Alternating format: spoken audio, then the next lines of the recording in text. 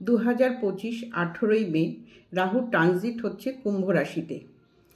গোচর বা ট্রানজিট সবার জন্য লাঘু, মানে ইন জেনারেল সবার মধ্যে কিছু না কিছু তার প্রভাব ফেলে।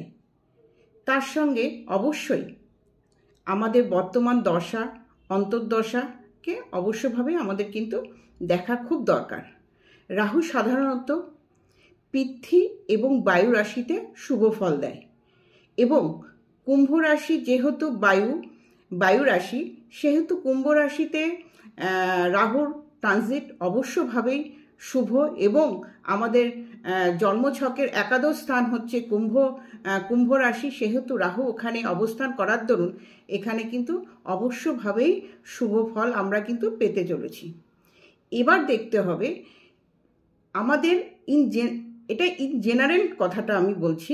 এবার দেখতে হবে আমাদের জন্মছকে রাহুর অবস্থান কোথায়। যদি জন্মছকে রাহুর অবস্থান অবশ্যভাবে শুভ থাকে, তাহলে অবশ্যভাবেই কিন্তু আমরা শুভ ফল পাবই।